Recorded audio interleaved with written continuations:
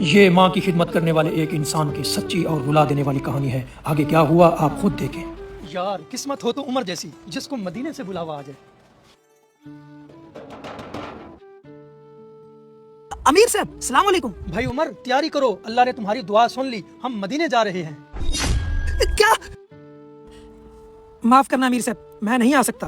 क्या यार अजीब बंदा मदीना नहीं जाना चाहता, पता नहीं क्या बात है। बेटा, मदीने से बुलावा आया है। आप तो बड़े खुशकिस्मत हैं और आपके सारे अखराजात भी हम उठाएंगे। माफ करना अमीर साहब, मैं फिर भी नहीं आ सकता। अजीब बंदा है जिसे अल्लाह मदीना बुलाए और वो इनकार करे। छोड़े अमीर साहब, अल्लाह ऐसे लोगों को बुलाना ही नहीं चाहता। चलो हम मदीने चलते हैं। काश मैं मजबूर ना होता तो आज मैं भी मदीना जा पाता। या अल्लाह मुझे अपने प्यारे घर मदीना की ज़ियारत करवा। या अल्लाह मुझे मक्का ले जा। या अल्लाह जो इस अच्छी वीडियो को लाइक, सब्सक्राइब और शेयर करे, उसके माँ बाप को हज करने की तौफीक अता फरमा दे। आमीन।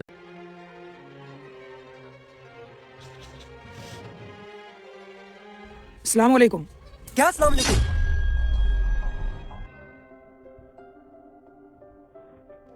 तुम बहुत बड़े छोटे आदमी हो, रोजाना अल्लाह से दुआ मांगते हो और सभी को ऐलान करते हो या अल्लाह मुझे मदीने ले चलो। जब अल्लाह ने तुम्हें मदीने बुलाया तो तुम जाना ही नहीं चाहते।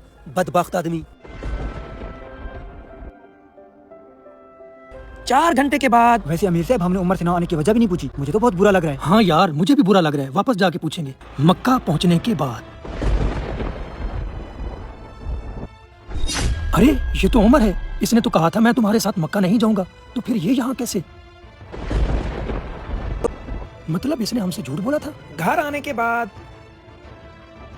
अरे अमीर साहब ने तो मना किया था, क्या ऐसा करना ठीक होगा? उसने जो हमारा दिल दुखाया उसका क्या? मैं तो उससे बात करूंगा।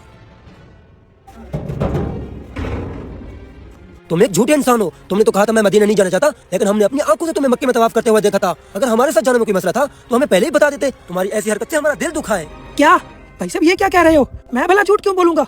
मेरी माँ की तबीयत खराब थी, मैं तो पूरा महीना अपनी माँ की खिदमत करता रहा, एक दिन भी घर से बाहर नहीं निकला।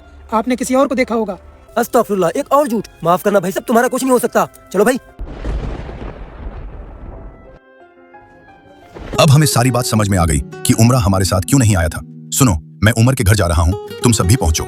ये लोग जाकर दरवाजा खटखटाते हैं। अस्सलाम वालेकुम। आमिर साहब जवाब देते हैं वालेकुम अस्सलाम और कहते हैं उम्रे का मुबारक हो। सब हैरान, ये क्या बात कर रहे हो, हमें कुछ समझ नहीं आ रहा। आमिर साहब कहते हैं मुझे सब समझ आ गया, ये तुम्हारी माँ की खिदमत का नतीजा है। तुमने अपनी माँ की ऐसी खिदमत की कि तुम्हारे आमाल तुम्हारी शक्ल में वहां तवाफ कर रहे थे।